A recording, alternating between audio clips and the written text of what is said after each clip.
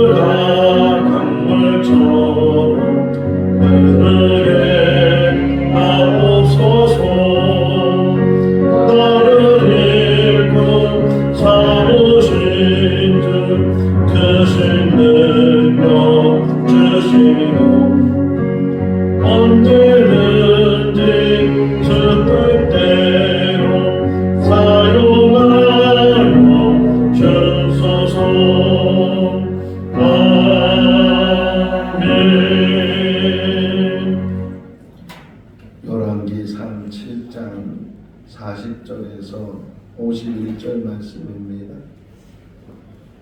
열왕기상 7장 40절에서 51절 말씀.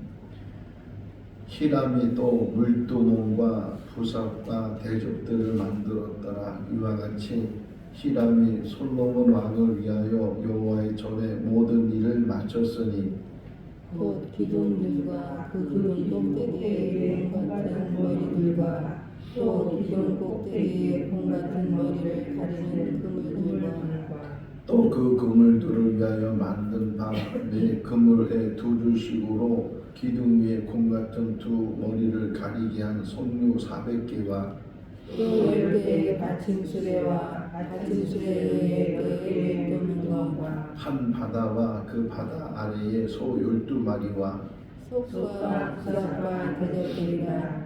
히람이 솔로몬 왕을 위하여 여호와의 성전에 이 모든 그릇을 빛난 것으로 만드니라. 왕이 요단 평지에서 숲꽃과 사저단 사이의 차진 흙에 그것을 부어내었더라. 기구가 심히 마름으로 솔로몬이 다 달아오지 아니하고 주었으니 그 논무기를 능히 측량할 수 없었더라. 솔로몬이 또 여호와의 성전의 모든 기구를 만들었으니 곧 금단과 진설병의 금상과 내사 앞에 좌우로 5씩 줄 정금 등잔대며 또 금꽃과 등잔과 불짓을 또 정금 대적과 불집게와 주발과 숟가락과 돌을 옮기는 그릇이며 또 내소 곧 지성소의 문에 금 돌짜기와 성전 곧 외소문의 금돌짝이더라. 솔로몬 왕이 여호와의 성전을 위하여 만드는 모든 일을 마치니라. 이에 솔로몬이 그의 아버지 다윗이 드린 물건 곧 은과 금과 기구들을 가져다가 여호와의 성전 곳간에 두었더라. 아멘. 할렐루야. 아멘. 어렸을 때 여러 가지 놀이들을 하면서 성장을 했는데 그 중에 하나가 종이 비행기를 만들어서 누가 더 멀리 날리는가 그런 시합을 한 기억이 나는데, 종이로 비행기 같은 것을 만들어서 그냥 슉 던지는 거죠. 앞으로 던지면 바로 그냥 앞에서 떨어지는 경우도 있고, 또 잘 날리면 바람을 타고서 이게 뭐 한 10m까지도 가기도 하고 그 멀리도 가기도 하고 그런 기억들이 나요. 근데 나중에 이제 성장을 해서 이제 공항에 가서 비행기를 실제로 보게 되고 또 비행기를 타게 됐는데, 그 비행기를 볼 때 제가 처음 느꼈던 것이, 야, 저렇게 무거운 게 어떻게 하늘을 날 수 있을까, 그런 생각을 가졌어요. 어마어마하잖아요. 크기가 뭐 굉장히 크고 또 무게가 또 얼마나 무거워요. 우리는 종이로 만드니까 이 종이가 얼마나 가벼워요. 가벼우면 그래도 이렇게 하늘을 날게 하면 날아가기도 하는데, 저렇게 무거운 쇳덩어리 같은 것으로 만든 비행기가 어떻게 하늘을 나를 수 있을까? 그런데 정말 활주를 통해서 비행기가 이륙하게 되고 또 하늘을 날았던 비행기가 착륙을 하게 되고 하는 것들을 보면서 참 인간의 힘도 대단하다, 능력도 대단하다, 그런 생각을 하기도 했었는데, 자, 비행기 하나를 만들 때 들어가는 부속품이 몇 개 정도가 될까요? 뭐 저도 헤아려 보지도 않고 그런데 뭐 적게는 수십만 개가 될 거고 아니면은 수백만 개의 부속이 있어야 비행기 한 개를 만들 수 있을 텐데, 그런데 그럴 말을 해요. 비행기뿐만 아니라 뭐 컴퓨터든 뭐 어떤 물건이든 그런 물건을 만들 때 아주 중요한 부품이 있다 그러죠. 이건 정말 중요해서 이 부품이 없으면 안 된다, 이렇게 이야기를 하는 것처럼 비행기 역시도 뭐 이렇게 수십만 개 또 수백만 개의 부속을 사용해서 비행기 한 대를 만들 때 뭐 중요하다고 하는 그런 부품이 있고 뭐 그렇게 중요하다고 말하지 않는 부품이 혹 있을지 모르는데, 근데 실상은 그 중요하지 않은 것 하나도 없다는 거예요. 그 모든 것들이 그냥 인간의 판단으로는 이건 정말 중요해 이렇게 나눌 수 있지만, 실제로 비행기 한 대가 막 하늘을 날아갈 때 심지어는 나사로 이렇게 조립을 하는 경우도 있거든요. 나사를 이렇게 해서 그것이 판이 붙어 있고 그러는데, 그 나사 몇 개만 없어도 비행기가 하늘을 날 수 없다는 거예요. 자, 이게 성경에도 나와요. 고린도전서 12장에 보게 되면 이제 우리는 한 지체다. 예수 그리스도가 머리가 되시고 그리고 교회 모든 성도들은 다 진짜 은사에 대한 이야기를 하면서 지체에 대한 이야기를 해요. 자, 그런데 그 지체들 중에는 똑같은 것도 혹 있지만 서로 다르잖아요. 근데 발이 나는 손이 아니기 때문에 지체가 아니고, 나는 귀가 입이 아니기 때문에 지체가 아니고, 이렇게 말할 수 없다는 거예요. 또 고린도서 12장 22절 말씀을 보게 되면 흔히 생각할 때 이거는 뭐 그렇게 중요한 게 아니야 이렇게 혹 이야기할지 모르지만, 하나도 요긴하지 않은 것이 없다, 이렇게 요긴이라는 단어가 나오더라고요. 요긴하지 않다, 요긴하지 않은 것이 없다, 이렇게 표현되어 있는 것처럼 우리가 몸에는 심장이 중요하다 그러잖아요. 물론 심장이 굉장히 중요해요. 이것이 피를 다 보내기도 하고 온몸에 피를 갈 수 있도록 계속 박동을 치고 그래서 그 일을 하는데, 이 심장만 중요하냐? 그렇지 않다는 거예요. 뭐 심장 때문에 사람이 죽기도 하지만 심장이 아니더라도 어디 몸에 뭐가 문제가 생기게 되면 병이 생기게 되고 그 병이 심해지면 사람이 죽게 되는 것처럼 어느 하나도 요긴하지 않은 것이 없다. 그것을 이제 오늘 새벽에 일어나서 묵상을 하면서 오늘 본문이 묵상이 됐어요. 자, 성전을 솔로몬이 지었어요. 7년 6개월 동안 성전을 짓는 가운데 물론 금으로 만든 것도 있죠. 오늘 본문에도 다시 이 금으로 만들어진 것, 내소나 외소에 그러니까 지성소나 성소에 있는 물건들은 다 금으로 싸가지고서 제가 그 사진도 보낼래도 못 보냈는데 그 성소 안에 있는 사진이 또 나와 있어요. 다 금으로 칠하게 있어. 뭐 오늘도 뭐 금단이고 또 진선뼈 올려놓는 상도 금으로 만들었고 촛대도 다 금으로 만들었고 성막에서의 그 상은 하나예요.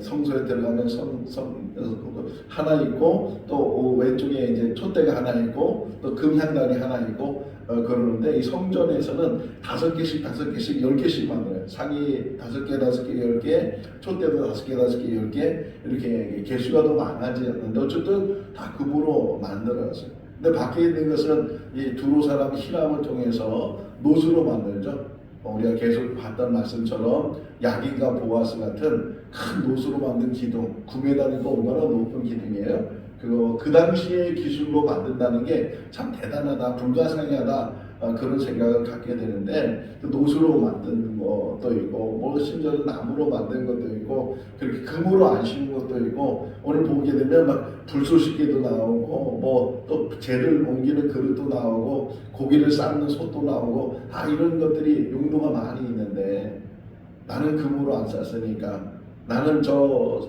내소나 외소 다시 말하면 성소나 지성소에 있는 물건이 아니니까 그렇게 말할 것조차도 없다는 거예요.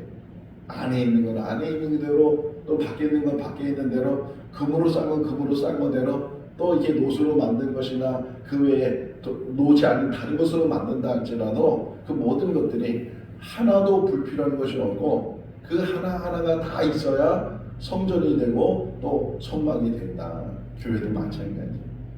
이 사람만 있으면 돼 하면 그것은 교회가 될 수가 없다는 게 모든 사람이 같이 있어서 뭐 안에 있든 밖에 있든 보이든 안 보이든 그 모든 것들이 다 연합해서 한 몸을 이루게 될 때 그것이 성막이 되고 성전이 되고 교회가 되는 것처럼 성도들 한 사람 한 사람이 그렇게 귀한 사람인 줄로 믿습니다.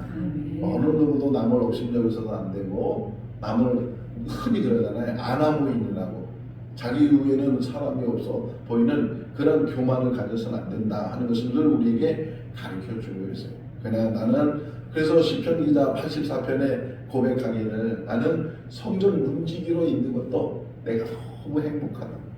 성전 문지기가 있는 게 문지기가 얼마나 하찮은 직업이겠어요.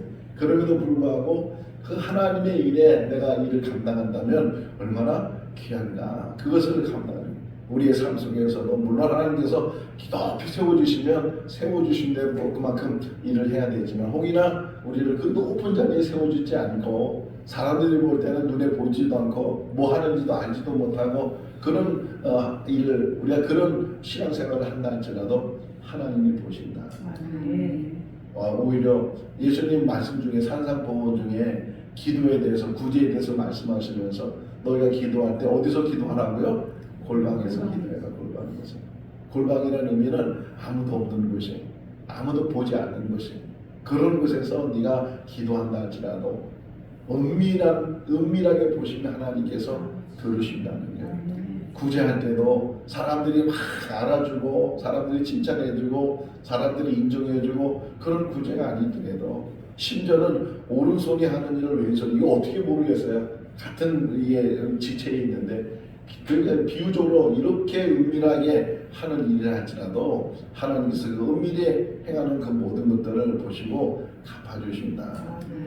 때로는 우리도 사람이다 보니까 칭찬 듣고 싶어하고 인정받고 싶어하고 사람들로부터 자꾸만 잘한다고 이렇게 듣고 싶어하는 마음이 없지 않아 있지만 사람이 보지 않는다 할지라도 알아주지 않는다 할지라도 내가 기쁨을 가지고 주님의 일을 하든지 사도 바울의 그 말 중에 참 늘 마음에 담고 있는 말이 먹든지 마시든지 뭘 먹든지 마시든지 그 모든 것들이 하나님의 영광을 위해서 2024년도 한 해가 우리의 이 한 해의 삶이 당신은 왜 사냐고 이렇게 물어본다면 하나님의 영광을 위해서 하나님이 주신 직분을 감당하기 위해서 내가 하루하루 살아간다고. 왜 열심히 돈을 벌어요? 왜 열심히 일을 하세요?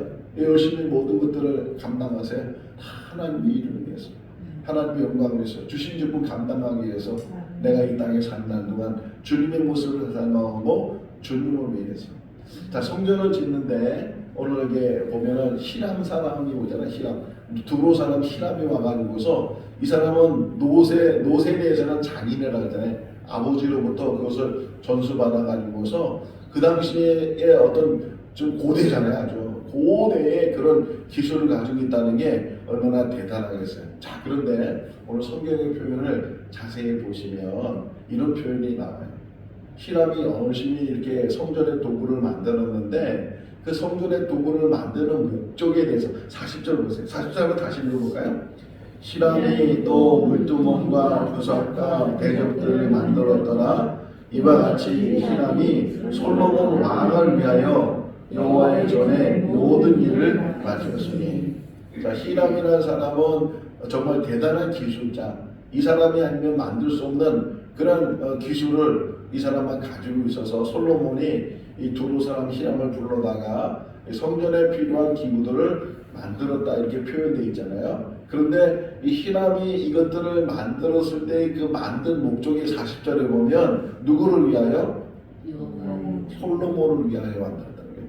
솔로몬 왕을 위하여 이 모든 기물을 만들었다. 또 밑에 한번 더 보세요. 밑에 보면 45절이에요. 읽어볼까요? 솥과 부삭과 대접들이나 여호와의 성전에 이 모든 것을 빛난 것으로 만드니라. 자, 여기 40절, 45절에서 표현하고 있는 게 히람이 대단한 기술을 가지고 성전에 필요한 그런 기물들을 만들었는데, 근데 히람이라는 사람이 이 기물들을 만들었을 때 그 목적이 무슨 목적이라고요? 누구를 위하여? 왕을 위하여, 사람을 위하여. 어디까지 못 간 거예요? 하나님을 위해. 물론 솔로몬을 통해서 부름을 받았고 솔로몬에 의해서 설계도를 받아서 그것들을 만들었지만, 솔로몬이 시켜서 그 일을 했지만 실제로 히람이 가지고 있어야 될 마음이 뭐냐면 하나님을 위해서 내가 만든다, 그런 마음을 가지고 있어야 되는데 히람에게 거기까지 올라가는 믿음이 없고 거기까지 올라가는 신앙이 없으니까 사람이 기준이 됐다는 거예요. 사람은 세 종류의 삶을 살아요. 세 종류에서. 탈무드에 나오는 이야기인데 탈무드에 이런 얘기가 나와요. 성전을 짓는 일을 세 사람이 하는데 물어봤어요. 한 사람은 얼굴이 막 밝은 얼굴이야. 한 사람은 얼굴이 밝지도 않고 어둡지도 않고 그런 얼굴을 일을 해. 한 사람은 아주 짜증을 내는 얼굴이고 막 그냥 일하기 싫은 얼굴을 가지고 일을 해. 그래서 막 얼굴이 밝은 사람한테 물어봤어요. 아, 당신은 이 일을 어떻게 하시냐고. 내가 하나님의 일을 하는데 쓰임을 받으니까 너무 행복하다고. 똑같은 일을 하는 사람인데 이런 얼굴이 밝지도 않고 어둡지도 않고 이 사람은 이 일을 왜 하시냐고. 먹고 살기 위해 산다고. 마지막에 얼굴 찡그리고서 그냥 억지로 하는 그 사람한테 뭐 당신은 일을 왜 하시냐고. 죽지 못한다고. 세 종류의 사람이었어요. 올 한 해의 삶을 살아가면서 어떤 종류의 삶을 살겠습니까? 하나님을 위해 사는 사람이 있고, 좀 나은 사람은 다른 사람을 위해 사는 사람이 있고, 가장 한 사람은 자기 자신만을 위해 사는 사람이 있는데, 우리의 삶은 물론 자기를 위해 살아야 되겠죠. 밥 먹는 것도 자기 건강을 위해서, 공복하는 것도 자기 건강을 위해서 다 하지만 그 목적이 자기만을 위한 것이 아니고, 왜 건강이 필요한 거예요? 왜 재물이 필요한 거예요? 왜 출세가 필요하고? 요셉이 총리가 된 이유가 뭐예요?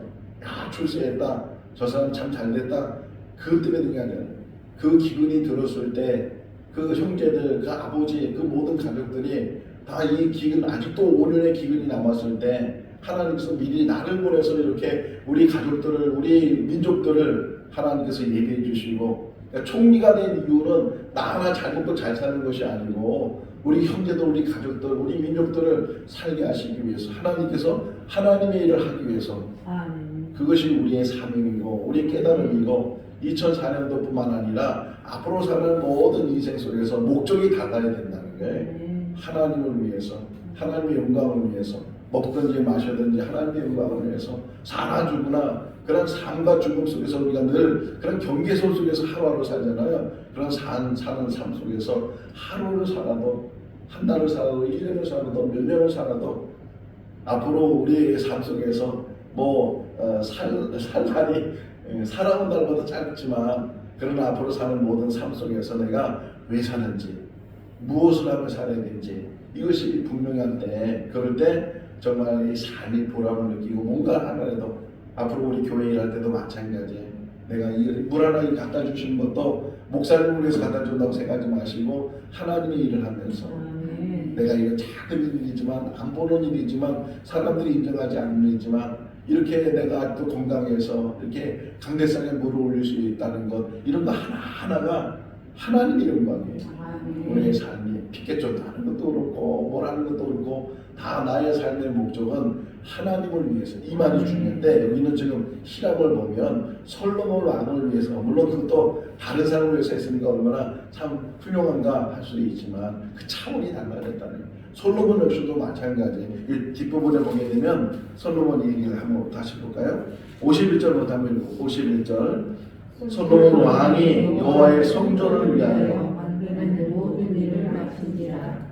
이에 솔로몬이 그의 아버지 다윗이 드린 물건 곧 은과 금과 기구들을 가져다가 여호와의 성전 곳간에 두었다. 뭐를 위하여? 여호와의 성전을 위하여. 이것도 아직도 차원이 마지막 올라가지 못했다는 거예요. 성전을 위해서 모든 것들을 곳간에 모아두고 모든, 물론 자기를 위해서 하지 않았기 때문에 더 훌륭하다고 말할 수 있지만 아직도 부족한 부분이 뭐예요? 하나님을 위해서. 교회를 아무리 잘 져도, 성전을 아무리 잘 져도 그것이 비행기 다시 합니까? 자, 비행기가 하늘을 나는 얘기 있잖아요, 처음에. 자, 비행기가 그렇게 잘 만들어지고 하늘을 날아다니고 그러는데 그것이 그 용도에 쓰이지 않는다면 그 무슨 소용이 있겠어요? 비행기는 사람 태우고 날아가려고 하는데 사람을 이동시키는데 사람도 안 태우고 맨날 날아다니기만 하면은 무슨 소용이 있겠어요? 적자가 돼가지고서 아예 비행기 나르지도 못해. 기름값도 안 나오니까 나르지 못한 거예요. 사람을 태우고 그 일을 그 목적을 감당했을 때 비행기가 비행기 되는 것처럼 성전도 마찬가지예요. 성전을 왜 짓는 거예요? 성전이 뭐예요? 교회가 왜 필요한 거예요? 하나님이 머무는 것이고 하나님 만나는 것이고 하나님 앞에 일하는 것이고. 우리가 왜 모이는 거예요? 이 새벽에 피곤한데 다 주무시지. 그런데 새벽잠을 깨워서, 그래서 이 평화를 몸이지만 주님의 전에 나와서 예배드리는 모든 것들은 다 하나님과의 관계잖아요. 우리가 이렇게 교회 안에 있다는 것이 너무 행복하고 생거진 주문이 세워지면서 정말 하나님의 사람들이 만나서 같이 연합해서 주님의 일을 하고, 한 사람 한 사람이 다 소중한 거예요. 한 사람 한 사람이 아무리 그 모양이 밖에 있는 것이고 허들에 일을 하는 것이고, 제단 보세요. 제단은 날 태우잖아요. 얼마나 냄새가 많이 나고 기름기가 얼마나 많이 찌들겠어요. 또 그 재가 되면 그 재를 담아다가 그걸 또 갖다 버려야 되고, 그런 일들을 하는 그런 기구들 하나하나 그 모든 것들이 다 있어야 성전이 되고 교회가 되고 하나님의 나라가 되는 거예요. 그런 사람들이 모여서 연합해서 주님의 일을 감당하게 되고, 그리고 내 삶 속에서 내가 사람들을 위해서도 살아야 되지만 더 나아가서는 하나님을 위해 사는 그런 삶을 우리가 살아야 되면 하루를 살아도 보람 있게 살고 딱 우리의 삶이 맞춰지게 되고 우리의 삶의 평가가 내려질 때 저 사람은 하나님의 사람이었다. 그런 평가의 삶을 사는 우리 모두가 다 될 수 있기를 주님의 이름으로 축원합니다. 기도하겠습니다.